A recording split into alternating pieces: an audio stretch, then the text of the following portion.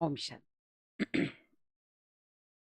आज 31 अक्टूबर। मुरली का सार है, मीठे बच्चे, तुम्हारा फर्ज है सबको अस्थाई सुख और शांति का रास्ता बताना। शांति में रहो और शांति की बख्शिश दो। प्रश्न: किस गुह्य राज को समझने के लिए बेहद की बुद्धि चाहिए? उत्तर: ड्रामा की जो सीन जिस समय चलनी है उस समय ही चलेगी। इसकी एक्यूरेट आयु है।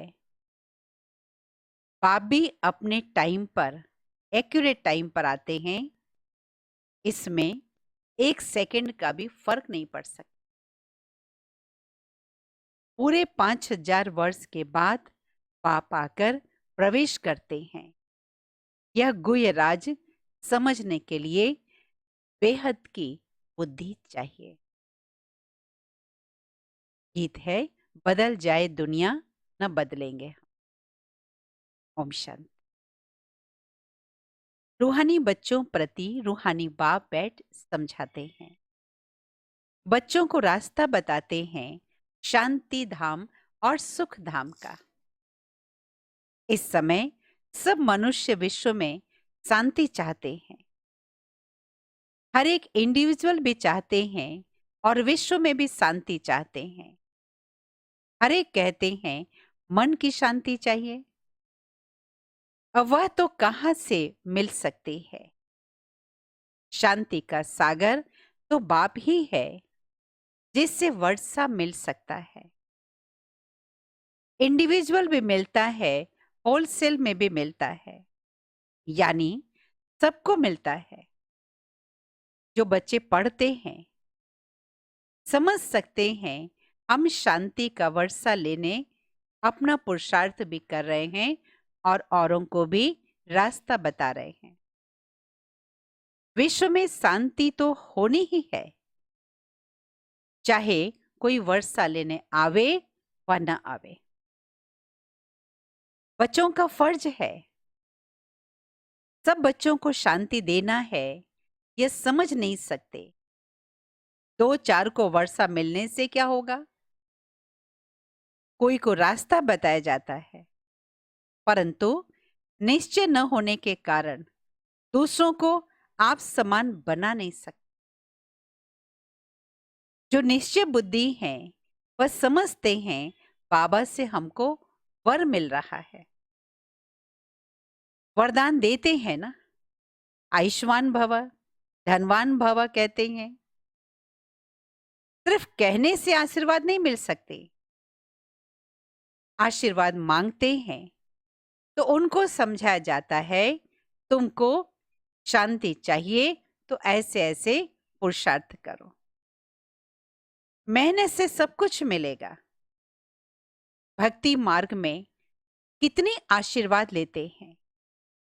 माँ बाप, गुरु, टीचर आदि सबसे मांगते हैं हम सुखी और शांत रहें, परंतु रह नहीं सकते क्योंकि इतने ढेर मनुष्य हैं। उनको सुख शांति मिल कैसे सकती। गाते भी हैं शांति देवा। बुद्धि में आता है, हे परम पिता परमात्मा, हमको शांति की बख्शीश करो। वास्तव में बख्शीश उनको कहा जाता है जो चीज उठाकर देवे। कहेंगे ये तुमको बख्शीश है, इनाम है। बाप भी कहते हैं बख्शीश कोई कितनी भी करते हैं, धन की, मकान की, कपड़े आदि की, परंतु वह हुआ अल्पकाल के लिए। मनुष्य मनुष्य को देते हैं, साहूकार गरीब को अथवा साहूकार साहूकार को भी देते हैं, परंतु यह तो है ही शांति और सुख स्थायी।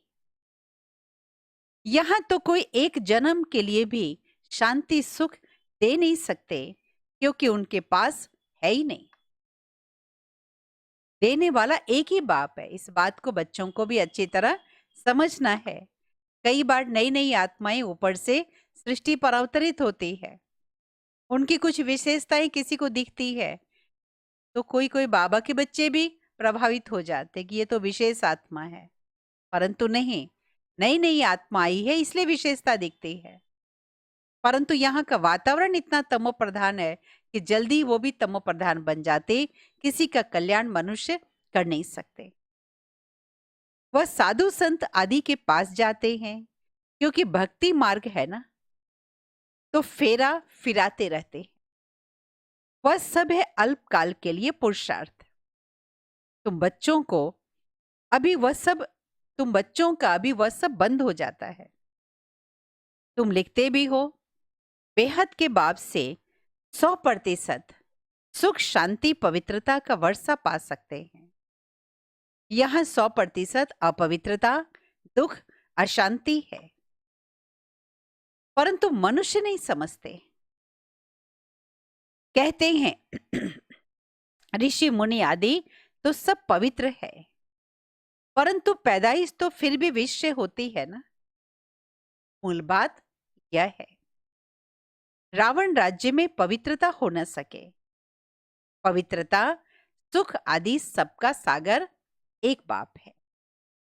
तुम जानते हो, हमको शिव बाबा से 21 जन्म अर्थात आधा कल्प 2500 वर्ष के लिए वर्षा मिलता है।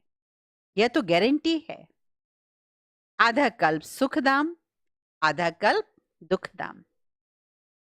सृष्टि के दो भाग है, एक है नई, एक पुरानी। परंतु नई कब, पुरानी कब होती है, यह भी नहीं जानते।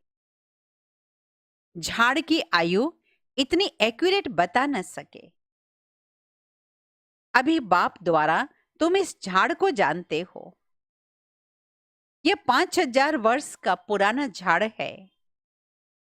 इनकी एक्यूरेट आयु का तुमको पता है, और जो झाड़ होते हैं उनकी आयु का किसी को भी पता नहीं होता, अंदाज बता देते हैं। तूफान आया, झाड़ गिरा, आयु पूरी हुई। मनुष्यों का भी अचानक मौत होता रहता है।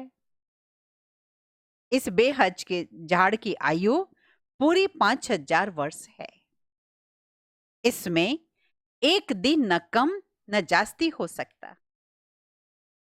यह बना बनाया ड्रामा है, इसमें जरा भी फर्क नहीं पड़ सकता। ड्रामा में जो सीन जिस समय चलनी है उस समय चलेगी, वो बहु रिपीट होना है। आयु भी एक्यूरेट है। बाप को भी नई दुनिया स्थापन करने आना है। एक्यूरेट टाइम पर आते हैं, एक सेकंड का भी फर्क नहीं पड़ सकता। यह भी तुम्हारी बेहद की बुद्धि हुई ना। तुम ही समझ सकते हो, पूरे 5000 वर्ष के बाद बाप आकर प्रवेश करते हैं। इसलिए शिवरात्रि कहते हैं। कृष्ण के लिए जन्माष्टमी कहते हैं। शिव की जन्माष्टमी नहीं कहेंगे। शिव की रात्रि कहते हैं, क्योंकि अगर जन्म हो तो फिर मौत भी हो। मनुष्यों का जन्मदिन कहेंगे, शिव के लिए हमेशा शिवरात्रि कहते हैं। अब दुनिया इन बातों को बिल्कुल नहीं जानती। तुम समझते हो शिवरात्रि क्यों कहते हैं, जन्माष्टमी क्यों कहते हैं। उनका दिव्य अलौकिक जन्म है, जो और कोई का हो नहीं सकता। यह कोई भी मनुष्य नहीं जानते कि शिव बाबा कब और कैसे आते हैं। शिवरात्रि का अर्थ क्या है, यह भी तुम बच्चे जानते हो। यह है बेहद की रात। भक्ति की रात पूरी हो, दिन होता है। ब्रह्मा का दिन, और फिर दिन तो ब्राह्मणों का भी हुआ ना। एक ब्रह्मा का खेल थोड़ी चलता है। अब तुम बच्चे जानते हो, अभी दिन शुरू होना है। पढ़ते पढ़ते जाए अपने घर पहुंचेंगे, फिर दिन में आएंगे। आधा कल्प दिन और आधा कल्प रात गाई जाती है, परंतु किसकी भी बुद्धि में नहीं आता।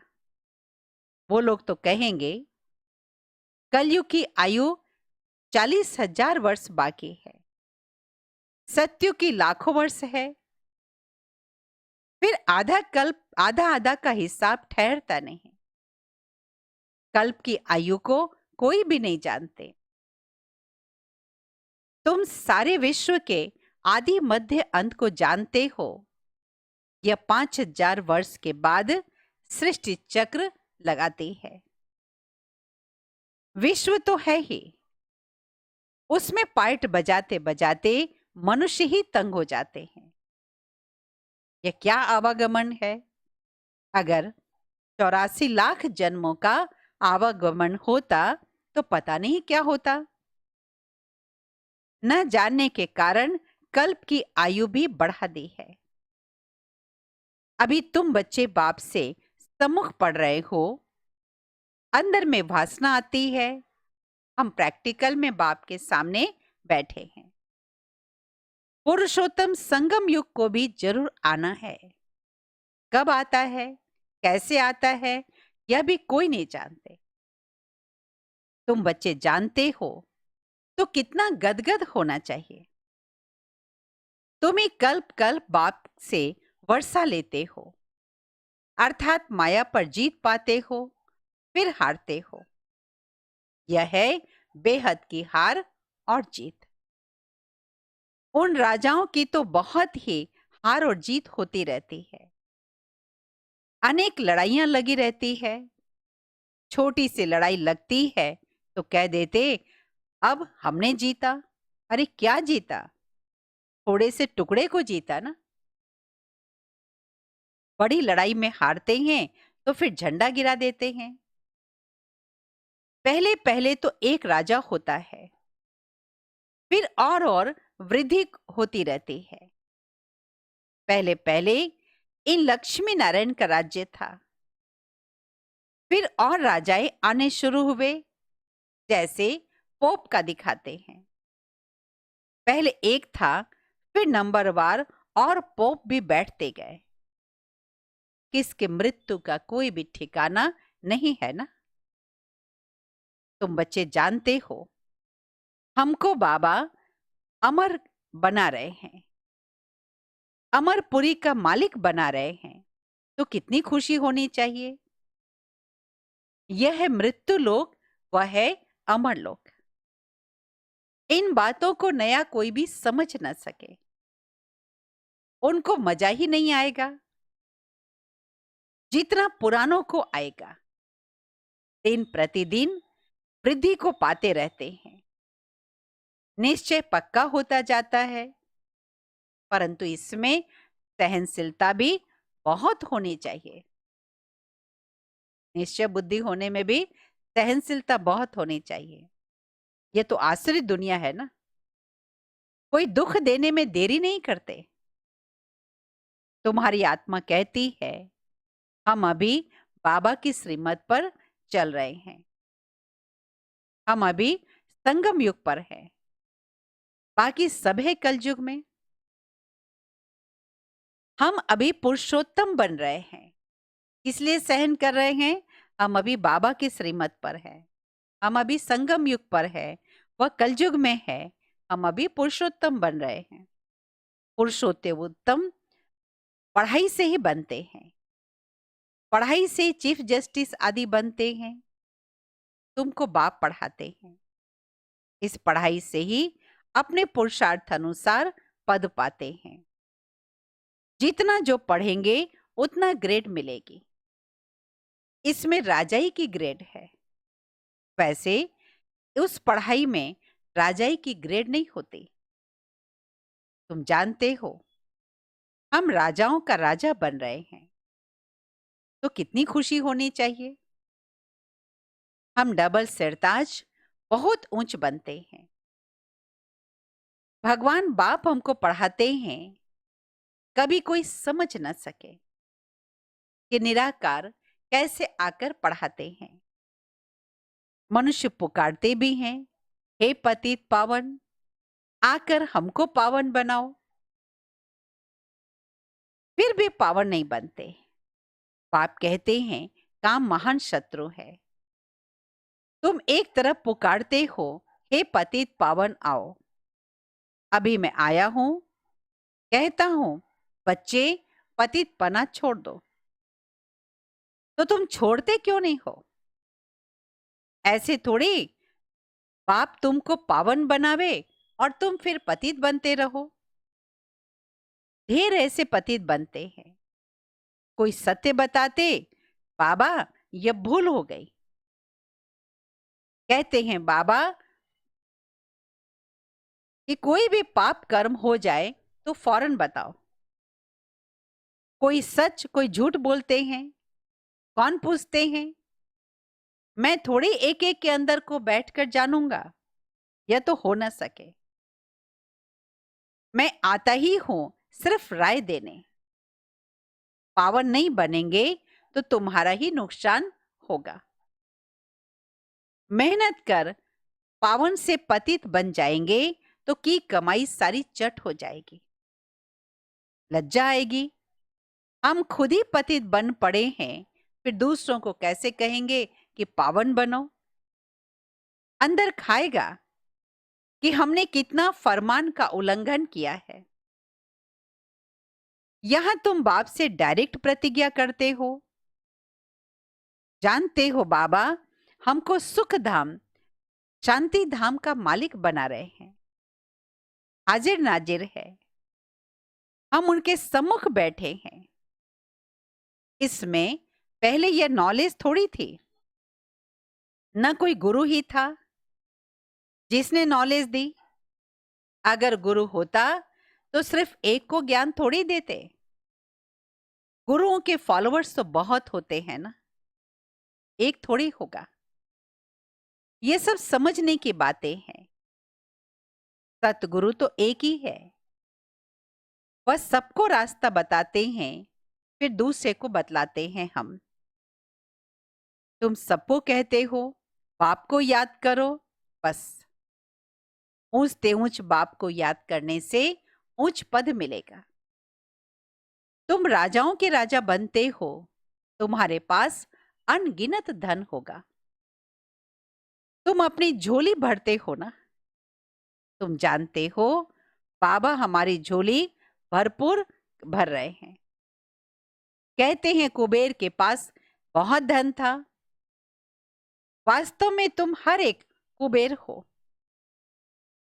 तुमको वैकुंठ रूपी खजाना मिल रहा है। खुदा दोस्त की भी कहानी है ना। उनको जो पहले मिलता था उसको एक दिन के लिए बादशाह बना देते थे। ये सब दृष्टांत है। अल्लाह माना बाप, वह अव्वल दिन रचता है, फिर साक्षात्कार होता है। तुम जानते हो बरोबर हम योग बल से विश्व की बात सही लेते हैं।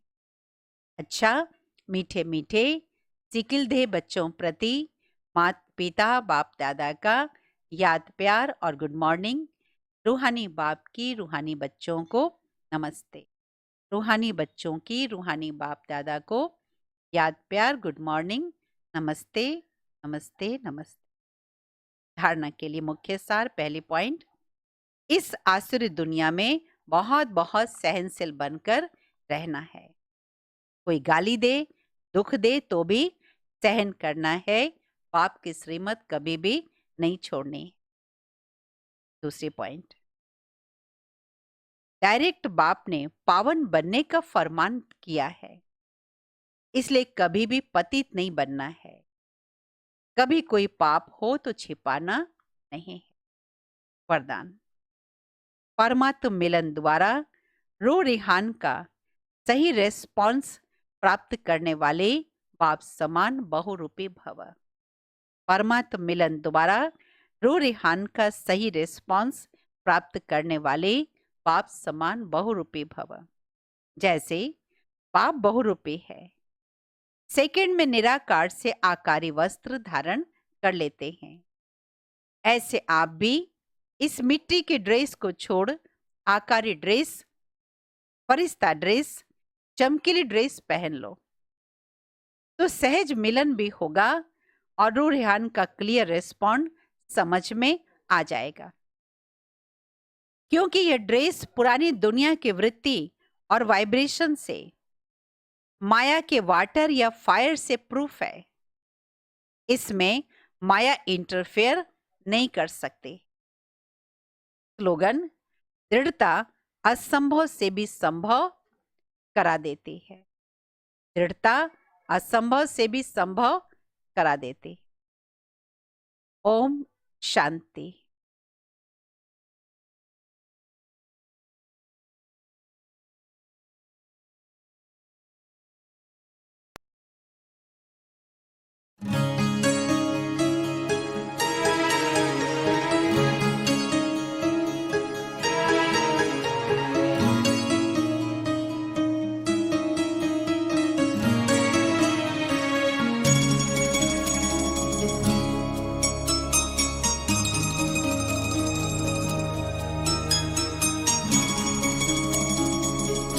एक मेरा मनमीत जहां, एक मेरा मनमीत जहां, दूजा है कोई और नहीं, और नहीं कोई और नहीं। चल रे मना ले चल तू वहाँ, चल रे मना ले चल तू वहाँ, जग का जहाँ कोई शोर नहीं, शोर नहीं।